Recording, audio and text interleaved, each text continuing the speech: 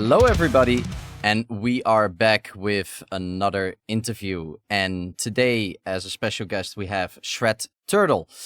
A few things first to start with is that I will not be responding to the chat for the first part of the interview. So I would like to give you guys a short timeline on how the interview is going to look. This interview is all about Shred. We want to put him in the spotlight. We want to know who Shred is. Like he's not smiling at the moment, but I expect him to smile really soon.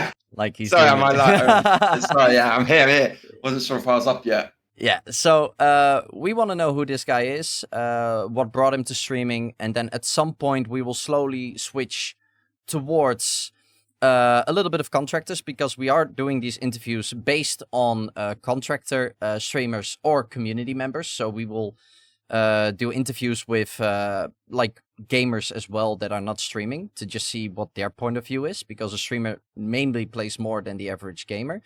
But yeah, so to give you a timeline, who is Shred Turtle, a little bit about Contractors, and then we end the interview where the chat is able to ask questions to Shred as well. I will read the questions out loud and then Shred will answer, and then we will end the interview with some clips that Shred has shared with me to show you guys what kind of content he has on his Twitch and YouTube account. So let's start. Shred, do I need to call you Shred? Do I need to call you Turtle? Or do you want to be... Like, how do I need to... Most call me Shred. Yeah, that's the first part of the tag, yeah. But Shred Turtle, like, whatever you'd like.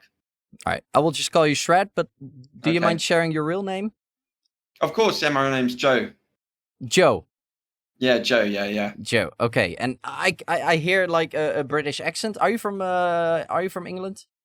Yes, I am. Yeah. Born and raised London.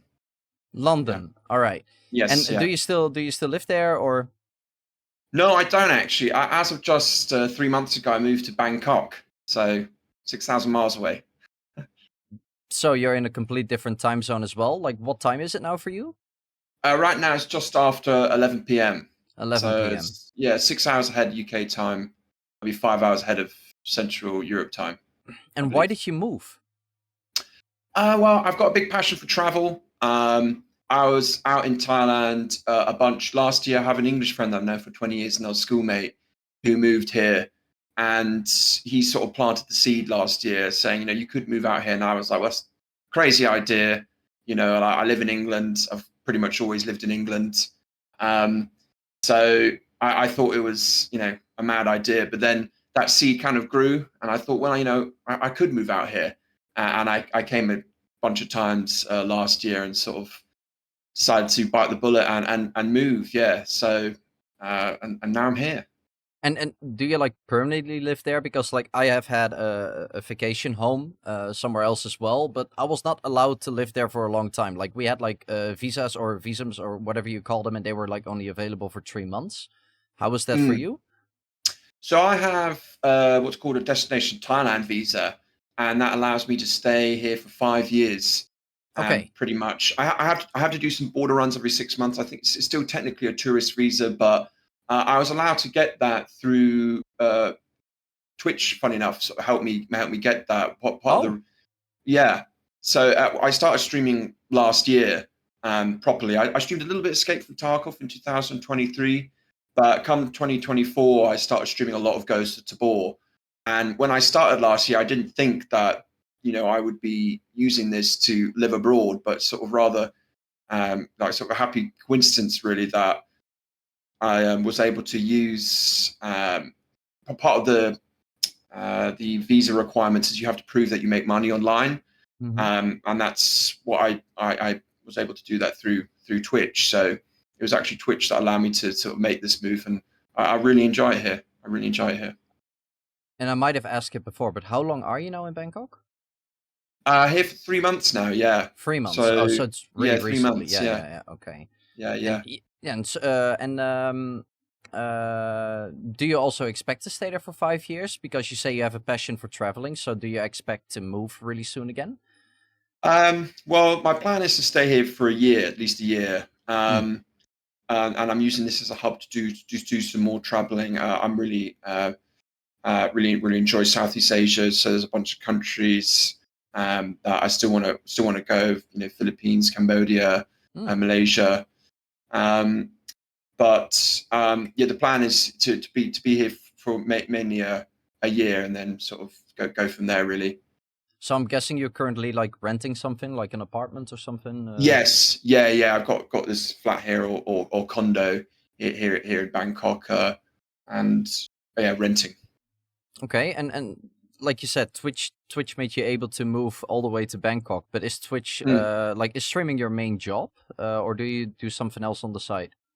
So first and foremost, I'm a musician. I got a degree in music, a guitar player, playing a couple bands back in the UK. So currently, they're gigging without me, and that was my main commitment that I had back in the UK, were a couple band, original band and a cover band, and I also teach guitar as well back in the UK. I put that on pause. I unfortunately, a bunch of reasons. I've been playing guitar a long time, since I was 6 years old. I'm 30 years old now, so like 24 years, and I love it. But it was time for maybe a little bit of a break, little change things up a little bit. And also, I've had some issues with some repetitive strain injuries over the years, sort of things that's been on and off. But these last few years have been quite a bit problematic. So I kind of needed to sort of take some time off and just rest. So I thought I'd use that time to do some traveling, move abroad, and also sort of pursue this streaming and content creation world. But since like music is your passion as well, I'm guessing you did bring your guitar with you. Like, what kind of guitar do you play? Is it electric? Yeah, so I've been lucky enough to play a lot of different styles of guitar. My grades on classical, played flamenco for quite some years. I did do my degree on electric, and within that, played everything from like rock and some jazz and a lot of metal music. A lot of the music that I play back in the UK is actually metal music, believe it or not. I used to have hair down to my waist, which is more befitting of a metal musician. I cut that off some years back, but Shame. yeah, really, yeah, nice. Yeah, so I've been lucky enough to play a lot of music, but mainly electric. I actually didn't bring a guitar with me, hence just trying to take a break. Yeah, because I miss it. I haven't. This is probably the longest time I haven't played guitar in 20 years or something. So either I'm going to get maybe buy one here, or get a friend to bring one of my guitars from the UK if they come visit, sort of thing. But I'm on a big sort of guitar sabbatical, as it were, at the moment, just sort of taking a break from it. Like I said, I've been playing a long time and like practicing a lot and stuff like that. And as much as I love it, I think it was time to take a break, along with the injuries and stuff that I had sort of from playing. So, but the guitars I did play, like Ibanez, played a lot of Ibanez. I'm a big fan of those guitars. I just think they're very consistently made, and they're very well built for some of like the faster sort of shred metal stuff. And that's the shred and shred turtle. So a lot of my stream and stuff like that has like lots of little shred guitar and like shred riffs and stuff like that, and all the stuff is played and recorded by me on the stream. So that's kind of the little sort of running theme. And the shred turtle logo is the dude, little turtle playing guitar. So he's playing a 7-string as well, which I normally play back home, is an RGD Prestige 7-string. So even the logo's got a 7-string on it, which is kind of funny. I love it. Turtle playing guitar, yeah. A story behind the name. That's nice. Like a lot of people just grab a streamer name because they find it's funny, but yours has a story behind it, so that's really cool. Big fan of that kind of style of guitar, sort of shredding, that fast electric guitar playing sort of thing. So that is the shred and shred turtle. Really, really cool. And what brought you then to streaming? Because you Twitch helped you go into Bangkok, but that means that you started streaming before that. And what made you to go to stream, and what made you to go specific to Twitch or YouTube or whatever you do? Tell us about it. Well, along with passion for music and traveling, I've always enjoyed gaming. Love gaming, like since maybe, I don't know, 7 years old or something. I had like Nintendo 64. I was playing like Smash 64 and Mario Kart, everything from that. Got a PlayStation 2. So when I was younger, obviously, like always really enjoyed gaming.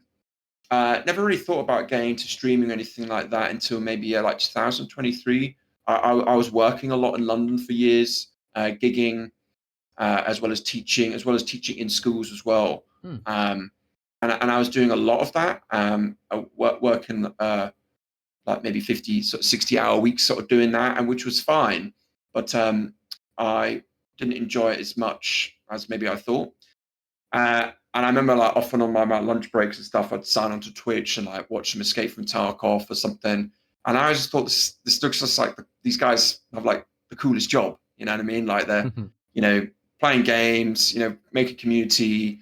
And I always thought it'd be quite a cool thing to maybe get into myself. So yeah, 2023, I mentioned I did a little bit of streaming Escape from Tarkov, just trying to find my, you know, get the basics down sort of thing, of just OBS and all this sort of thing. And come 2024, I decided to start streaming Ghost of the Boar. I bought a VR headset for the first time in September 23. Okay. And I really got captivated with VR. I love the kind of tactical, immersive kind of shooter genre. Like I like playing like Squad. I've recently gotten like Armory Forger a little bit. So VR kind of ticked every box with regards to like being immersive. And I also mentioned with regards to my like guitar pains and RSI, repetitive strain injury, typing and playing flat screen games, stuff like that also sets it off. So I wasn't able to play that either. So luckily with VR, it's doesn't hurt because it's not like intensive on like your tendons, right? I'm just sort of lightly gripping a controller. So luckily VR doesn't hurt in that respect either. So I decided to start streaming Ghost of the Boar last year, and sort of slowly started ramping up the more streaming I did. Sort of was doing like a few hours on weekdays, sort of 5 hours, 6 hours, and now that I'm here, sort of more full time, and also doing some YouTube on the side, just highlights and highlight raids, putting on the YouTube. Do you do everything yourself? Yes, yeah. Tell people. Yeah. Is it a lot of work?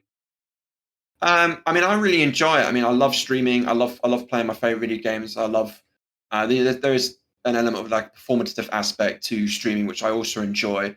Being a musician, and also earlier in life, getting lucky with some acting gigs and stuff like that. So it ticks quite a few boxes for me, being able to play my games and talk and it. I mean, it does take a lot of my time, yeah. But I do really enjoy it, So.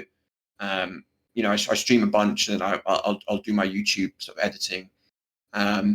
But compared to sort of other long hours that people work and other jobs, I'm quite happy doing this. So I think it's pretty fun, yeah. Something that took my interest was you said acting. Tell me a little bit about that, because it makes me really curious. I was lucky. I did some acting at school and stuff like that, and I was lucky to get a couple gigs. I did a little bit of TV work when I was younger on British television, and started in an independent, a very small independent movie with some actors now are quite big names, actually. Just coincidentally, after this is like nearly like 20 years ago now or something. So I was like maybe 11 or 12 or something. Okay. With some of these, yeah. So that's I haven't done acting in a while, actually, but I missed that too. Especially I did some comedy acting on TV and stuff. So that was good fun as well. Yeah. Yeah. How was it actually for you? Because this is like I'm going from topic to topic. Like you tell me how you were in music and with your like playing guitar, it was your passion, and you've spent hundreds of hours probably doing that. And then you got to quit that because of physical limitations. Yeah. What did that do to you? Like I can only assume that could have brought you into a pretty down state. And at the same time, you seem to me like somebody that's pretty happy in like where you are now in life and with your streams. Like I've watched a few of your streams as well, and you appear to me as a really fun but also a real calm and chill guy. Has it always been like that, or were there some Thank lesser you. days as well? I do love streaming. I mean, the the guitar playing is something I've had on off for 10 years, and I've seen many physios and stuff like that. And it has been for a large part of my life, quite a large part of like my identity, right? When you play that much, and you're very like disciplined and dedicated to the instrument, as like a lot of musicians are that go to. I graduated from Leeds College of Music, and a lot of my friends are still from there and stuff like that. And yeah, certainly these years of sort of just when I play, it hurts. It has been does mentally, yeah, sort of take its toll too, because you kind of have to, like you don't, if you're not practicing many hours a day, it's a bit like, what am I doing, sort of thing. So yeah, that has taken a bit of a toll, but I'm confident that I will slowly be able to get back into it, just with the right amount of rest and stretching, and just taking breaks and stuff like that. Just being careful. The music I play is quite strenuous, in the sense that it's just a lot of very fast metal music. So like you got to be careful. And I Dragon think Force. yeah, I mean, like a lot of the Dragon Force kind of solos, like sort of very much sort of my forte, as it were, in terms of that kind of shred style. So yeah, and that can be very demanding on your tendons and stuff like that. So I believe that. Yeah. yeah. So yeah, that has definitely taken a toll a little bit mentally, in terms of like, yeah, sort of in that sense. But I'm sort of a bit of a new chapter here, like here in Bangkok, sort of thing. And I do intend to go back to UK, and I still technically do play in a couple bands back in the UK, like I said, an originals band and a covers band. So I still am to an extent involved in that. They're just sort of gigging without me for a little while. So yeah. I can relate a little bit. Like, I've tried playing the guitar, and the first song that I learned was "Smoke on the Water." I think that's Excellent, I think for a lot of people, that's one of as the a guitar first teacher, songs. I've taught that. Yeah, that's my lesson one many times. Yeah, it's good, great riff. Yeah. It is a Iconic. great song to start, and it's not really song. hard. Yeah, you can play it on one snare, and later you can just build it out. It's amazing. Yeah, exactly. Yeah. I remember that I already had like cramp in my hand really fast by just practicing the song, and I can only imagine how it is if you would play something fast, like you just said. Like, can't imagine. Yeah. I mean, I think playing when you're playing that kind of level of music, or any musician, you kind of need to treat your body like an athlete would, in the sense that an athlete wouldn't get to the track and immediately start sprinting. He'd warm up, he'd stretch, sort of thing. So I think it's important to be disciplined with those things, especially when I'm 15 or something. I'm just practicing 4 to 6 hours every day, not really thinking about that so much. So that probably took its toll. But certainly being a guitar teacher as well for a long time, riffs like "Smoke on the Water," great riffs. So they're always fun to teach. Yeah, that's already quite a journey, from like growing up in England, doing a lot of stuff already when you're at a really young age, from playing music to acting, and then all over the sudden you get a big bummer. You start streaming, and then you move to Bangkok. Yeah, crazy. I know. Yeah. That is crazy. And like, what did streaming actually do to you? Because for me, I actually started streaming out of fun. But I also noticed that when I have like my lesser days, streaming is actually one of the things that actually brings me back joy, or makes me laugh again, and brings me back in a real happy state. And that's mainly because of the community that I have. Can you relate to that, or can you tell something about it yourself? Like, what did streaming do to you once you started with it? Like, how was the build up? Like, how did you build your community that you have right now? And what does it do for you? I mean, I really enjoy it. Like, I really enjoy streaming, and the little shred turtle community is I take a lot of pleasure in streaming for those guys and the people who jump in. And I really enjoy it. Like, I have in the last year, I was playing guitar on stream as well, which was fun too. We'd have little guitar breaks, like and I think maybe at some point, I'll get a guitar here. Like I said, I miss it a lot, and we'll just you should do it. I gotta say, you should do it. Like, one of my favorite streamers is Shikwisa, and he plays guitar on his streams as well. And I watch the break guitar sessions more than his actual stream. Like, oh, really? Oh, that's really cool. Yeah. Honestly, like, I really enjoy that. Yeah. Yeah, I haven't done it so well. It's not in the last few months since being here. I actually, yeah, like I said, I actually didn't bring a guitar, but I do enjoy doing it. Usually, I'll just get some random backing track up on YouTube and just sort of jam along to it, just improvise over it, sort of thing, which is a lot of fun. Uh, and I think people enjoy it. I mean, a lot of people are definitely there to see sort of Ghost to Bore, ExfilZone sort of thing, but it's nice to have a break for me, sort of thing, and just just have some fun playing guitar. Yeah. Have you also played flat screen games? Because I've heard you mostly talking about VR gaming, of course, but Yes. that's also where your journey starts, of course. But like, have Yeah. you also streamed flat screen games, or was that all before you actually started streaming?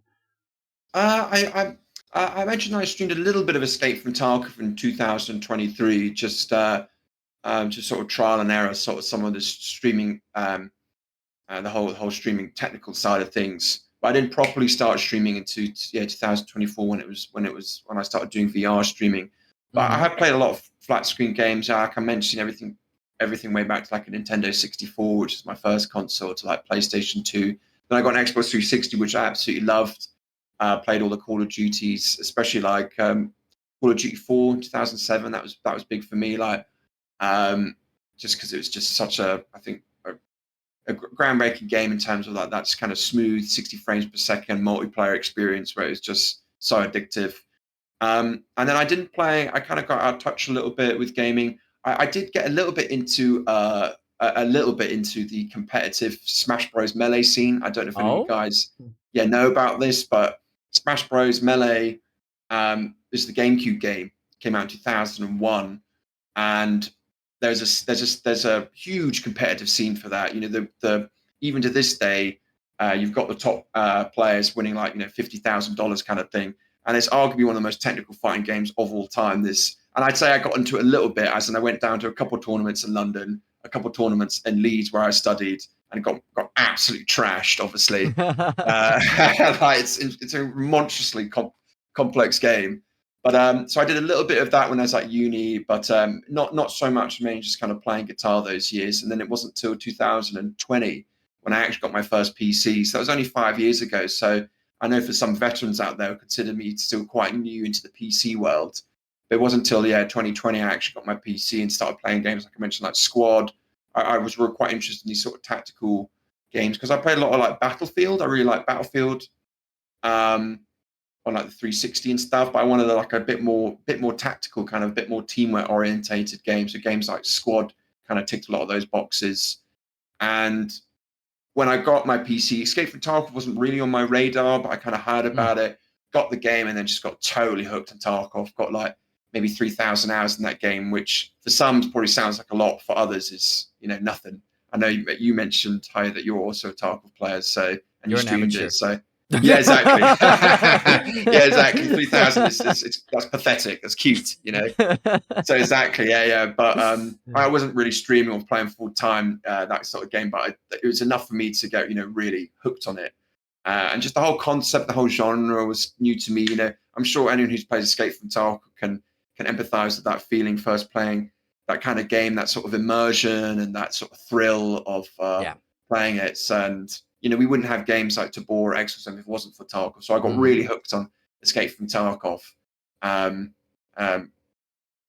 And yeah, so I have played my fair share, and I still dabble a bit in flat screen games off stream just to kind of relax. Like I mentioned, played a little bit Armored Reforger sort of the last month, which is good fun too, stuff like that. So It's always good. Like I switch from games as well. Like on stream, I play Contractors and Beat Saber. It's something totally different. But if you have sessions like I have sometimes, like sometimes I play for 8 hours, sometimes I even play for 16 hours. It is nice to have that moment where you, even though it's only like 15 minutes, but to do something else, it can clear the mind and you can go back in fresh into the game. And off stream, I still play a lot of League of Legends. It's for me just a simple game where I don't have to use a lot of my mind. And I'm not playing it competitively. Like I'm just casual. yeah, Just relax. Yeah. Yeah, just relaxed. Like that's the whole thing. But so yeah, you played some flat screen gaming. You did some streaming at some point, and you played, of course. Yeah, it's a subject a lot of people talk about, and some people are positive about it, some people are negative about it.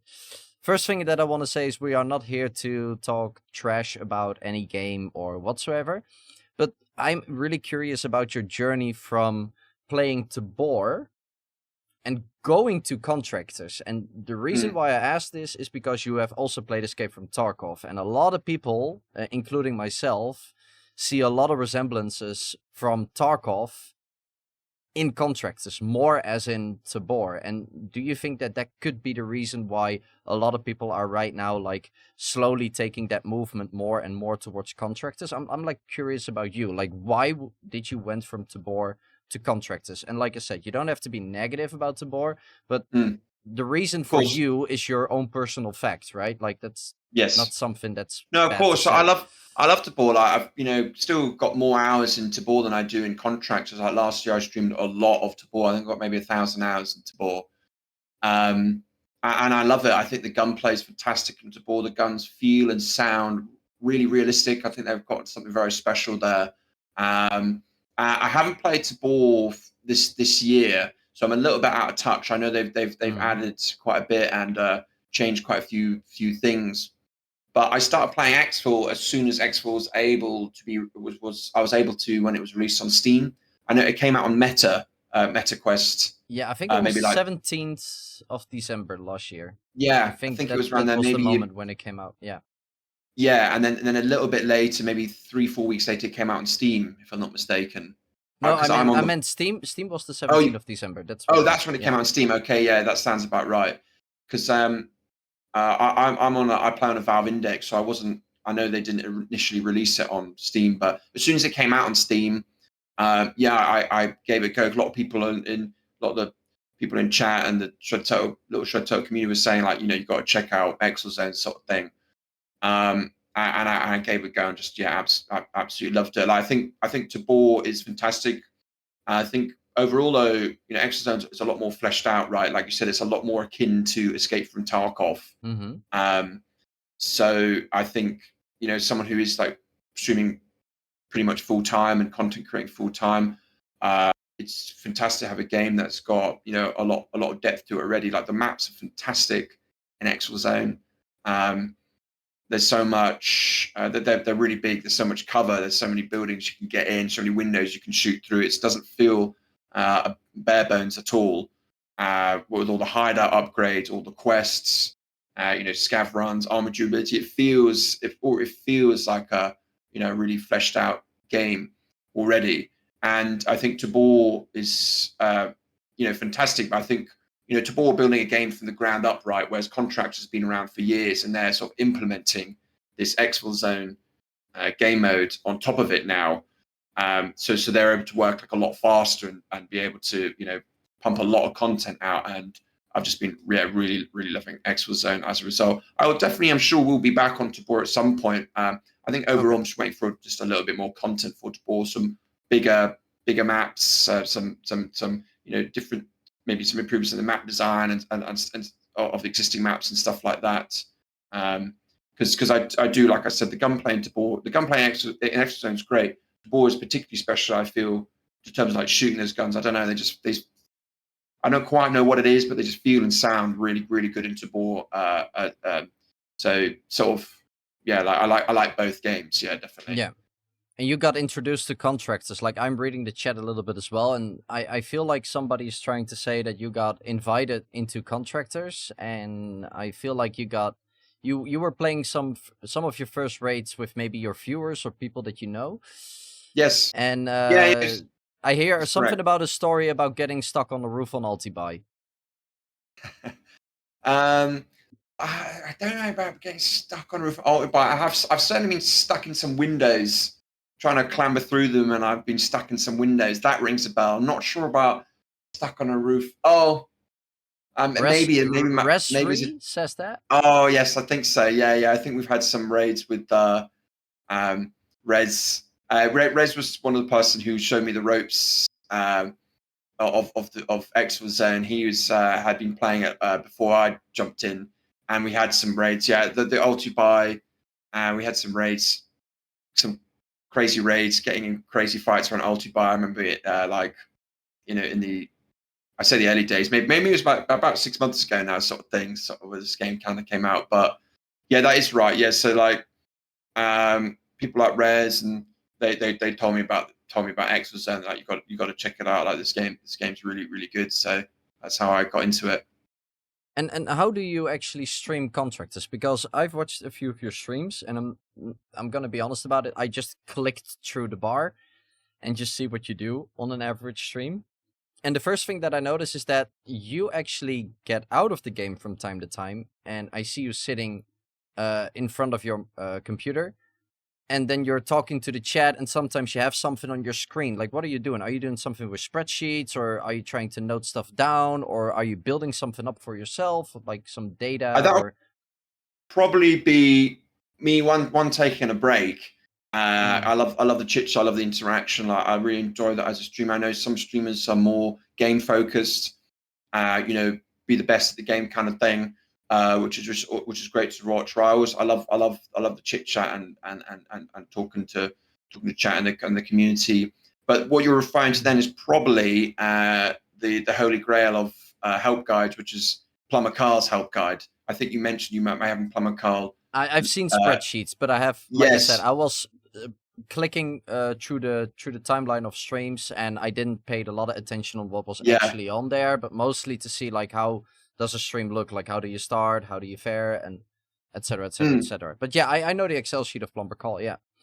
Yes, that's probably what I'm looking at usually, because you know anyone who's played ExfilZone, the amount of stuff you need for your hideout is a lot. So like I'm there sort of tracking what I need and stuff. And the difference with like ExfilZone is as opposed to Tarkov, you know, it's all VR. You've got to do all with your hands. So like you know my hideout has sometimes just complete mess.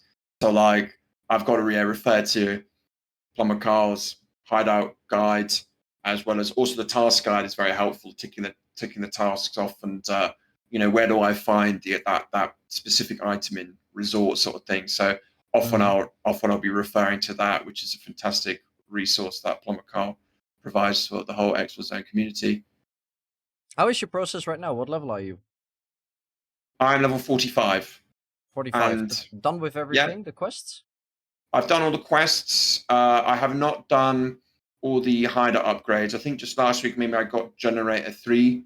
I'm a big fan of the PvP more than anything in the game. So hideout upgrades are something that kind of is I'll kind of do just naturally. I'm not going out looting. I'm a lazy looter. Like I'm not a huge fan of just scav running and picking stuff up. Obviously that's a big part of the game, and I can definitely see the attraction there, like surviving and you know finding that juicy bit of loot or that juicy bit of like hideout loot. But for me, I'm more about kind of getting out there and sort of getting in a good firefight. Like for me, killing a bunch of players is much more rewarding than sort of you know finding that hideout loot. So I wouldn't be surprised if I don't get max level hideout this wipe, just because I'm not dedicated to finding like floppy disks, for example. I just can't find any floppy disks, you know. So it's the same in my process in Tarkov. Like I was never that interested in getting like Kappa containers, some of those, which is like the end game sort of thing, right? In Tarkov, doing that just because some of the quests were like just so like so difficult, and also a little bit you know like a little bit laborious, some of them, like you know I was interested in getting max level traders, getting the best gear I can, and just trying to kill as many players as possible. That's usually what like my kind of, and that's what's wonderful about these games, right? These sort of extraction loot shoot genres. Everyone has a slightly different play style, and there's no right or wrong way to play these games. And that's what I really enjoy about it. And that's why I enjoy playing with other people. Every Friday I have a team up day, and I enjoy playing with other players and sort of feeling out how players like to play. Some people are a bit more, some people are more looters, some people want to get loads of money, some people just want to get kills, you know, sort of thing. So I really enjoy that part of the game too. Because you say that you like prioritize PvP, I totally get that. Like it's for me personally to an extent, yeah. It's for me the most fun part of the game as well. But I do play the game in its full extent. Like I'm a hoarder. I want to get a lot of money. I'm trying to create the most insane hideout. But if you like try to invest like 80% of your time on PvP, do you then also prioritize the hideout upgrades that help you with your PvP? For example, the faster mag reloading, or Yeah. yeah, Yeah, those are the ones I try and get the most. Yeah. yeah. Like there's the weight one makes you stronger. I think it's the sofa upgrades. I try and get that because that's helpful sometimes. You know, if you're trying to haul out a load of loot or something and you're slow, as well as the mag reloading ones. I try and get that one. Things like there's some way like you in the hideout you gain more food and water. Not too bothered about that sort of thing, but It's only 10 to 15%. It's not. yeah, it's You quite don't really negligible notice it. that. Yeah, you don't even the one like the coffee maker, I think it is, that where in raid you don't get as thirsty. You don't really notice it that much, to be honest. But I don't. The funny thing is, you do notice it as long as you're not overweight. Oh, is it? Because Okay, yeah. at the stage when you are overweight, your energy and your hydration loss gets amped up. Mm. And that is such a huge percentage that like overrules. It kind of feels like it overrules the benefits that you gain from the hideout. But as long as you Okay, play yeah. underweight, you definitely notice the difference in how long it takes before you need to get a drink. Yeah, 100%. Okay, interesting. Yeah, I Yeah. forget what upgrade I'm on that, where the coffee and it's the coffee machine and the microwave. Is it that gives you in Yeah. raids? Yeah, Mhm. yeah. I think maybe I'm level 2 or maybe 3 on some of those. Yeah, yeah. I need to double check. Like, but yeah, I try and prioritize those in the hideout. I mean, I'd love to have max of a hideout, but like I said, like this whole wipe, I've only done like 3 scav raids, I think, and 2 of them were accidental because I was showing You someone misclicked, what yeah. scav raid. It was misclick sort of thing. So I've only technically done 1 intentional scav raid, and obviously scav raids are super important, right? Like they're definitely a big part of the game. But for me, I'd rather go in with some good gear and try and kill people. And that's often why this white resort's definitely got me a lot richer because it's not too difficult to make money in resort. You go in with 2-3 keys, you can get some loot. Mm-hmm. But usually it's the same in the Escape from Tarkov. Usually I'm quite poor because I'm just like, as soon as I've got like 1 million, 2 million, I'm like, I want to spend it on a nice gun and like Yeah. some good bullets and a gear, and I'll go in there, maybe do well, maybe die, sort of thing. But I'm not usually like the richest player either. As a result, but I always like to go in as geared as I possibly. Even day one on wipe, I'm like, okay, what's the best gear I've got? I want I to do go in with that. exactly the same. Yeah, yeah, Yeah, yeah, yeah. yeah. But But is it then yeah, also so that you try to get every fight and that results in also dying way more than you actually should? I mean, yes and no. Yeah, there's a balance. Yeah, like I'm not.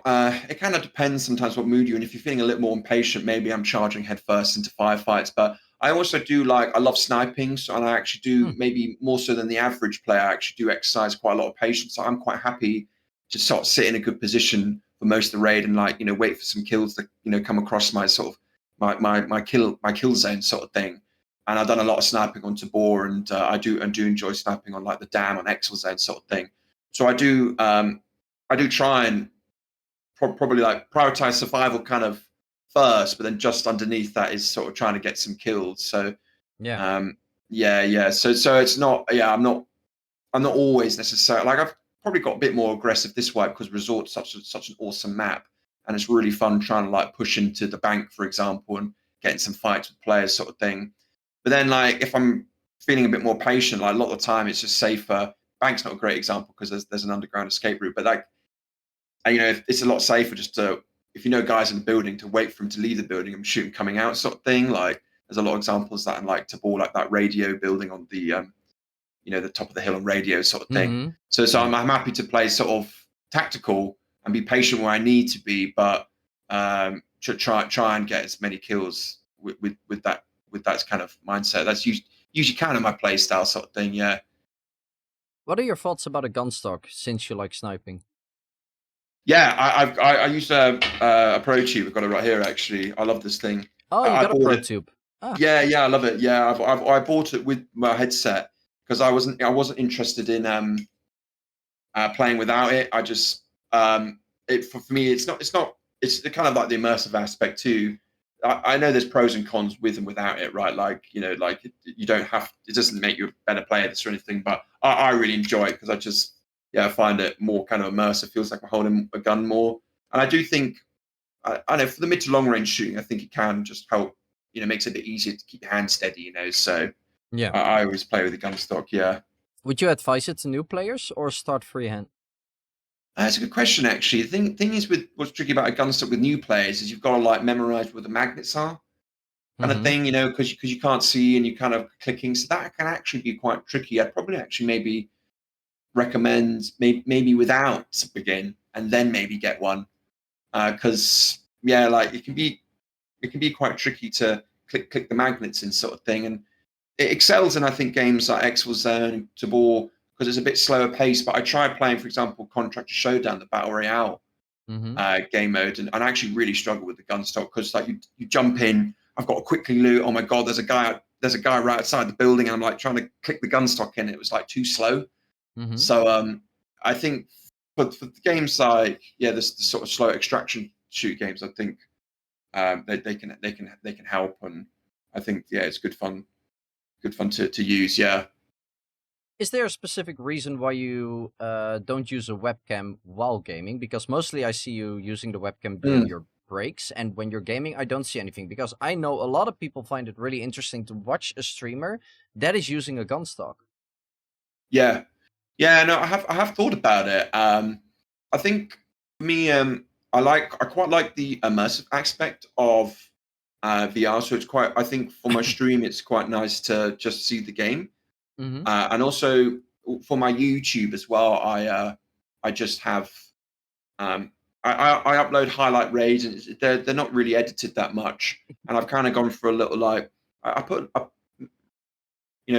written and recorded a little bit of music for it and stuff. So it's got like a little bit of an immersive kind of feel about it. It's quite Mm-hmm. inspired by the Raid series that Tarkov did.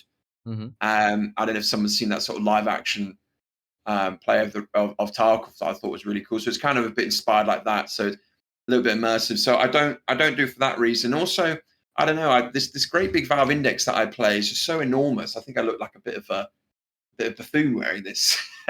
Yeah. Like I don't know. It's just this enormous thing I've got strapped to my head. Maybe if I had like a cool, like the Quest 3 looks pretty cool, and the big screen beyond looks pretty cool. But the Valve Index just I don't know. I think I look like a bit of a fool wearing it really. So I decided to turn off the webcam for that reason too. But yeah, it's very cool. Actually, I do like it when our streamers have you can see them in game. I think it's really really cool that actually maybe if I got a smaller headset and maybe got a green screen or something, that's something I probably would look into. That would be pretty cool. Yeah. All right. You've played both wipes, if I listened right to you. Like, what are in your opinion the best things that they have added this wipe? Like, how is the wipe even faring for you? Like, just take us a little bit into that. I'm really enjoying this vibe. More guns. The resort map is absolutely excellent. Um, and a lot of it's the little things that I love that they add. Like in the hideout, I think the hideout's really really cool. This wipe. It's like the containers for all your meds. For we've got a couple of different junk boxes now for all your mags and stuff like that, and your attachments. I think is really cool. Little things like being able to buy mags loaded. Mm-hmm. Streaming a lot. Sometimes things that can get a little laborious for me in these games, gearing up.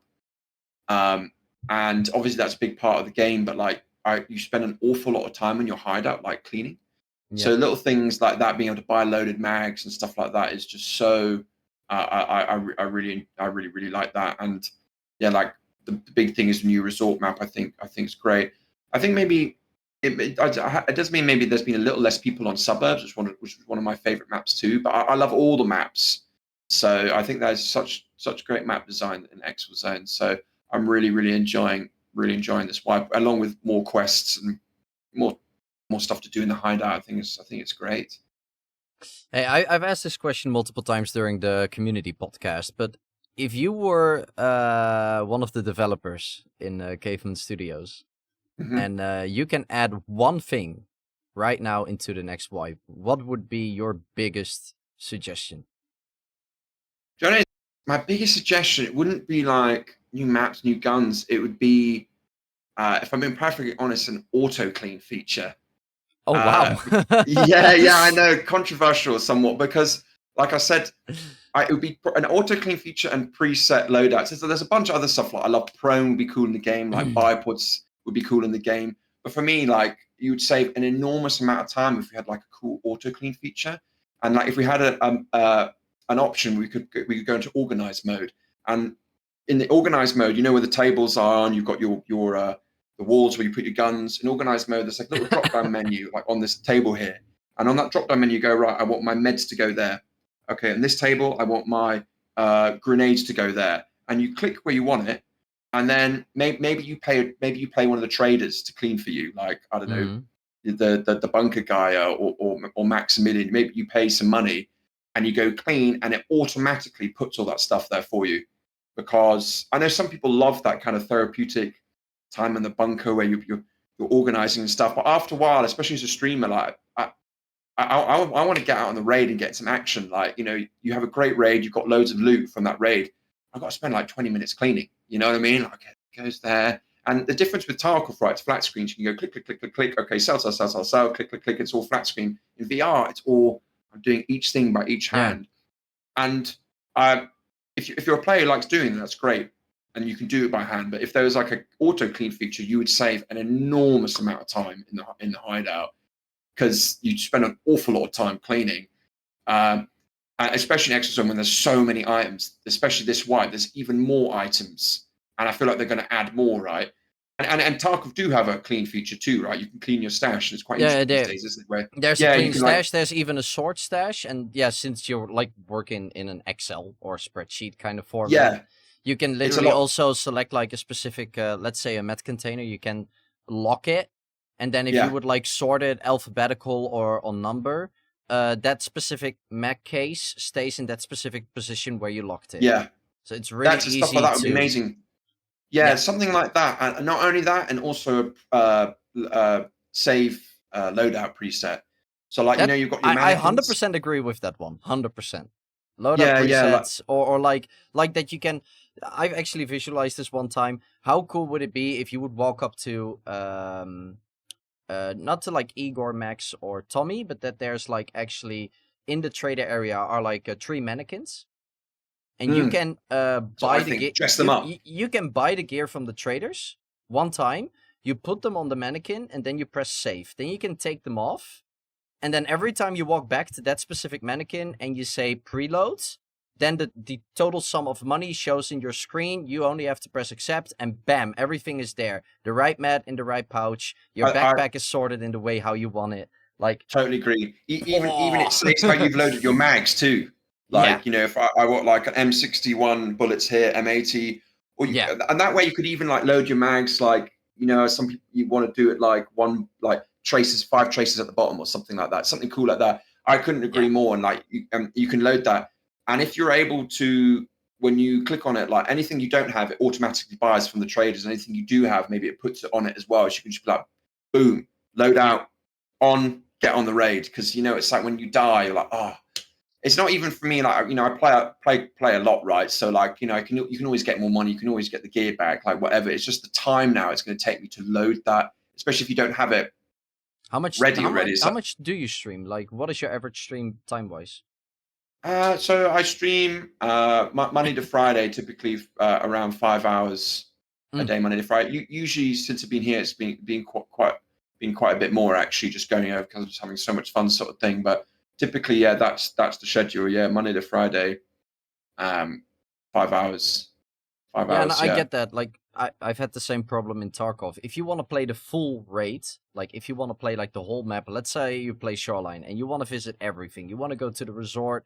You want to check out the shore, and then you also want to go to the old town, and you want to do everything. Your raid is going to last for probably between 30 and 40 minutes. And I experienced the same thing with Dam or Suburbs and Contractors. And let's say you're not a streamer, but you're just a casual gamer. You're married, you have kids, and you have 2 hours to play. If you like those kind of raids, you can play 2 games, and then it's bedtime. Yeah, exactly. And I think that's the reason why Resort is so loved. Because I have played Resort raids in less than 9 minutes, and I have done a lot of stuff. Like, and Yeah. that is crazy. Like, the extracts are all really close. It's always less than like 400 meters if you're like on the complete opposite side of the map.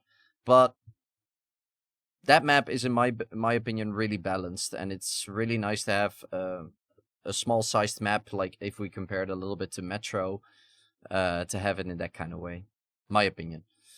Yeah, I agree. I think Metro is a fantastic addition to the game. Yeah, great firefights, good loot. Yeah, love What do it. you think of the keycards? You agree to them?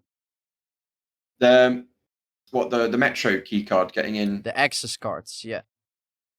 I think it's a pretty cool idea. I mean, Tarkov been doing a long time on labs, so I think it's a pretty cool idea. I mean, there's not necessarily like huge better loot on Metro. I mean, the scavs these days, this wipe do big bags and stuff, which is pretty cool. But I mean, you get a lot of Metro cards from quest rewards, so I haven't actually bought on this wipe. I'm not usually playing Metro unless I kind of have to go there because it's quite a tough map, and I usually like to go there with a team because if there's a 3-man Giga Chad squad running around, like you don't really stand much of a chance, really, like on Metro sort of thing, and they just push you sort of thing. So yeah, I haven't found myself burning through cash playing for Metro cards or anything. So I mean, I think it's a pretty cool idea. All right, then another question, because that's something a lot of people have talked about. You're playing solo Metro. You pay 200k for a card, right? Mm. And the opposite trio pays 200k to get all 3 of them in there. Do you think everybody should pay the card or just the party leader? I was surprised about this wipe because I'm pretty sure in Tarkov, right, everyone needs their own labs. Everybody needs to bring it. Yeah. So I was surprised this wipe when I just assumed everyone needs it. It's like, oh no, only one guy needs it. Only the party leader needs it. So yeah, maybe to keep it fair, everybody needs. In my opinion, it is. Yeah. Yeah, because that 3-man. I mean, as it is, I personally think that the team aspect I've mentioned before on stream could be like nerfed a little bit in the sense that when you're on a team, you already have a huge advantage, and then you also have a few additional assets like I've spoken about on stream a bunch before. Like you've got the little colored icons above your head. I kind of think they need to get rid of that because we need armbands. Armbands. Yeah, like physical armbands. So that's what we need. Yeah, because when you can see the icon through the walls and through the map, like you never kill your teammate in ExfilZone. And like I said, you're already at a huge advantage playing as a team. You don't need these extra things like colors above your head. No. I also think maybe I wouldn't complain if they got rid of the tagging thing you can do with your Mikas. And also you can see them on the map. When you play Tarkov, in some ways playing solo can be advantageous because like there's going to be so much confusion. Like you've got to be such a good communicator in Tarkov when you're playing as a team because you don't have any of that. Tarkov is a hardcore game. You can have a map in Tarkov, but you're literally holding a paper map and you don't see any marks on it or whatever. Yeah.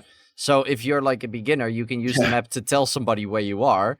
But yeah, like and the cool thing that I like as well is that in Tarkov you have like 6 colors of armbands. Armbands. Yeah, it's cool. But yeah. If you go into a raid where an opposite team has the same color armbands and both of the teams have shit communication, like I have seen so many clips where people have been killing each other that were in the same team just because of the communication that was bad. And that is actually something that I would really like to see back in this game as well. Like I agree, yeah. I understand that not everybody will agree to it because you have the casual gamer and you have the actual enthusiastic hardcore extraction looter shooter type of person, and that's the kind of person that, like, there are a lot of memes about it, but those are the people that want the game to be as hard and frustrating as possible, so the reward of extracting will feel 10 times bigger as it is right now. That I agree. Like you can if they got rid of some of those those things that help teams, I think it would make team play a bit more rewarding, I think, because you'd have to have really good communication, and it would also really help the poor solo guys out because in Tarkov you can use that case, like if you're fighting in like dorms and customs, right? That team's going to be like, okay, where are you? I'm in the second floor. Okay, I'm in 201. Where are you? And that solo guy, he's just running around, and he, you know, you don't have to actively worry about not shooting someone. In Tarkov, you've got to really worry about not shooting your own team. It happens all the time. We've all done it. You've all shot your own teammate because he didn't tell you he'd move floor or whatever. So I think that I'd like to see that in ExfilZone sort of thing. And as someone, I played a bunch, not now in Bangkok, but there is a scene for it. I played a bunch of tournament paintball, which is a very competitive paintball sport. Played all the way to professional level. In America, it's called the NXL, National Expo League. It's American-made sport. It's the biggest there, but there's also quite a big scene for it in the UK, Europe, and even in Asia. And it's a 5-on-5 sport. And I played that for years, and I've play competitively in the UK. It's like a whole division rank thing. We're sort of Division 2, the team I've played for years, and there's an awful lot of communication needed in that. So I really find that rewarding. You can use that in games. I play games with my paintball players, and our communication is usually very, very good because we spend a lot of time playing competitive paintball. So I'd like to see that a little bit more in ExfilZone, because the coloured icons above your head is just like, oh yeah, I know that's you there. Okay, I know my teammates there, sort of thing. So I think that would be quite cool. But I know some would disagree, like you said, some more casual players. And I think, I don't know, we have to just see what they decide to do, I guess. All right. Let me just think out loud, because we are almost hitting an hour, and that is like the estimated time that I want to use for an interview. I think it could be really nice right now to ask everybody that's in the chat right now. Do you guys have any questions for Shred? And I already see one question. Invincidur says, what do you think about keys and safe containers? Oh, good question. I mean, the safe containers is a whole conversation in of itself. I mean, obviously, we kind of have to often, I think, refer back to Tarkov being the grandfather of these, extraction, loot, shoot games. Containers been around a long time in Tarkov. I mean, I started playing 2020. Hi, I know you said you started playing like back in 2016, right? So you would have seen. I got the OG armband that when. Yeah, really. That's cool. So you would have seen it's all iterations. But I always remember a container being in Tarkov, and the first thing I did in ExfilZone, just like in Tarkov, is you put your keys in it, right? I've been out the game of Tarkov for a couple of years, but I always remember being able to put keys in your container, right? And that was usually the first thing that I would do. So, I mean, I kind of think containers should be maybe nerfed a little bit more. So I'm actually not that upset that keys aren't allowed in containers, because I think we've definitely seen an influx of more like naked and pistoling runners since the container and resort. You've got guys rushing the bank straight away, right, to put all that money in their container. And if they died, that's kind of a win for them, really. They've just got like 200K. It doesn't matter that they've died. So I don't know. I think maybe keys and maybe money and maybe some other high value items shouldn't be put in the containers. But it was literally the question that I wanted to ask. Like, is there like any kind of changes that you would like to add? For example, the gold boy is really hard to find. There's a 1% drop rate. I have been really lucky with them, but how cool would it be if you kill somebody and the gold boy is in the backpack? Yeah, exactly. For example. I mean, I quite like, I before the containers came out, I was kind of hoping that they wouldn't add containers, because I think it's just more kind of hardcore, right? Like, if you kill the guy, you get all the loot, rather than like, it's like rushing airdrops. You're like, well, I've got to get there first. Otherwise, the guy who does, he's going to put all the good stuff in his container, and like killing him isn't going to be, after that, it's not going to be as value as rewarding sort of thing. So, I mean, I know Tarkov have trial and error a lot of stuff with their containers. Like, you could put bullets in at one point and mags, and then everyone was just putting all their top tier bullets and mags. They stopped that. Yeah. So maybe the container for Tarkov is almost like just for your hideout and your meds. Yeah, like, I kind of like to probably see that. I mean, in probably ExfilZone too, because then. Yeah, if you find like your hideout item, yes, I found the drill or whatever I'm looking for, put that in your container. I think can be that's cool. But anything more, I think, it kind of takes away. Yeah, I just think it might be just a bit overpowered, and like it's not as rewarding killing people. Like you said, like the golden figurine, right? You were talking about that elusive golden figurine for the quest, right? Yeah, my favorite item in the game. Yeah. Yeah, I didn't find one all last wipe, and I got so lucky this wipe with finding one in the first week. How many have you found? Oh, you just found one in the first week. I found one in the first week of this wipe, to the point where I thought naively, I was like, oh, maybe they've they've increased the spawn rate. I just got super lucky. I found it on the in Villa in the Villa on Suburbs. I know that anyone who plays ExfilZone knows about this little golden figurine. It's like the hardest item to find. Like I said, last wipe I didn't find any.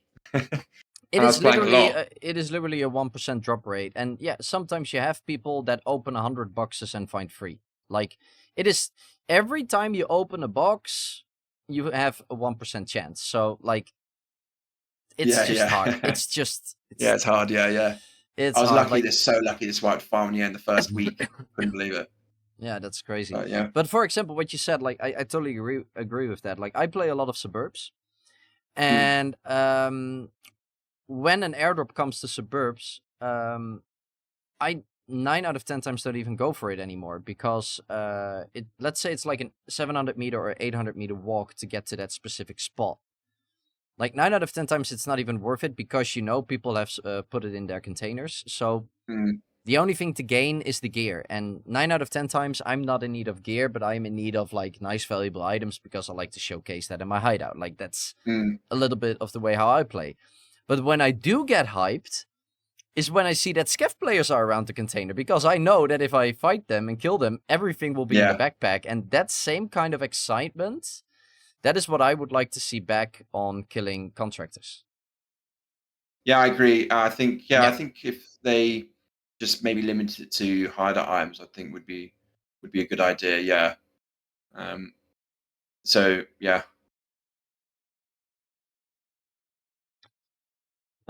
Let me think. Is there anything else that you would like to share, like about yourself or about your stream? Like we have a few people watching. Like if you want to promote yourself, this is your time to do it. Thank you. Well, I mean, I'm streaming Monday to Friday. ExfilZone, I upload every day on the YouTube, just shorts and highlight raids from the stream. You guys, wanted to check that out. And I assume everyone watching is probably ExfilZone players, so I just wish everyone good luck in their raids. All right. I will play a few clips that Shred shared with me to give you guys a little insight of what his stream could look like and what the kind of stuff is that he's dealing with. I think it's 4 clips, right? I think so, yes. Yeah, so we're gonna play 4 clips. Chat will still be visible on the stream and our webcams as well. After those 4 clips, we're gonna end the interview. I will take a 15-minute break, and then we go back to our own ExfilZone streaming. So for now, Shred, yeah, we're gonna watch the clips and then we're gonna say goodbye. Okay, great. Turn your mic on and come out unarmed. Excellent. Unarmed. Unarmed. He's unarmed. We know you're a scav. We know you're a scav. We've got this place completely surrounded. What we're going to do now is we're going to rob you. Please drop your bag. Because I want your loot. That's why I'm robbing you. You can see, look, we've got a player here. We've got another player on the hill. Any funny business? And you're a goner. You want to go to Exfil? All right, no weapons. Hey. I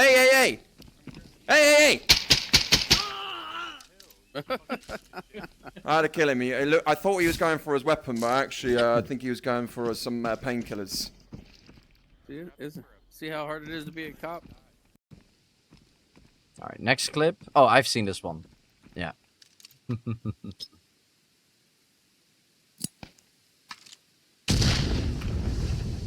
Oh! Whoa! Oh my god! The guy just bounces off the space. And off he goes to the stratosphere. Oh, lordy. Oh, tits, that's the boss. Oh dear, we don't want to get let him go. Oh no, he's gonna kill us. Oh, we're in trouble. We gotta. Oh, hello, gun. Do you wanna... Oh, freak out. I think we're gonna die here. He's loading.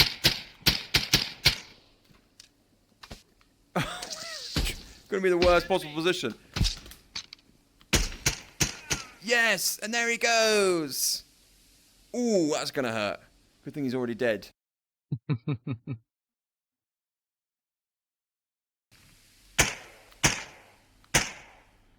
He's trying to surrender. It's a naked. Has he isn't got a it? weapon? Yeah.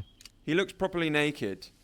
I swear to God, if we go over to him and he shoots in the head with a pistol, I got to see if he's got a pistol or not. If he has any weapon, we're going to have to drop him. Hello? Can you hear me? You're standing very still, sir. Where is your weapon? Do you have a weapon? No weapon.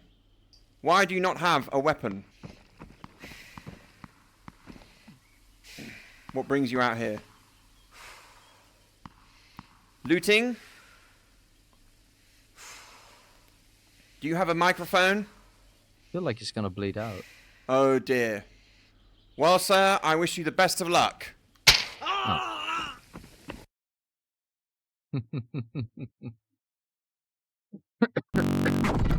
right. There you have it, guys. This was the interview with Shred Turtle. Moderators, can you spam his Twitch or YouTube link or both in the chat a little bit so everybody knows where they need to go if they want to watch this awesome dude on stream? As far as I understood, he streams from Monday till Friday, but it is in a specific time zone. So can you share us the times where you stream? I'm not sure if you know that out of your head. Yes, I stream Monday to Friday. It's I start 4 p.m. here, which is let me test my knowledge of my time zones now. So 4 p.m. here will be 10 a.m. UK time, which is 4 a.m. Central America time. And I stream for about five hours. Really cool. All right. So thank you, Shred, for your time, because I know it's pretty late as well in your time zone right now. So I want to wish you a very nice evening and a very nice night. Yes, you too, HayaPlays. Thank you much for the opportunity for the interview. No problem. I really appreciate it. I had a lot of fun. Thank you very much. That's the most important thing. And I hope that everybody in the chat has heard some new things about Shred as well, because there's, of course, a lot more behind just being a streamer. And this also gave some insight about who Shred is behind the scenes. So I want to thank everybody that was here for now. We are going to a break. The break will last for approximately 15 minutes, and then I will hop into some raids myself. So Shred, again, thank you. And thank you. We might see each other in the future. I'm actually going on a holiday schedule in 2 weeks. And that will probably mean that I will go streaming during the times that you're live as well. So maybe we can team up. Sounds great. Sounds like a great idea. Yeah, Love we're going to do that. So, for now, Fantastic. I want to wish you all a very nice day.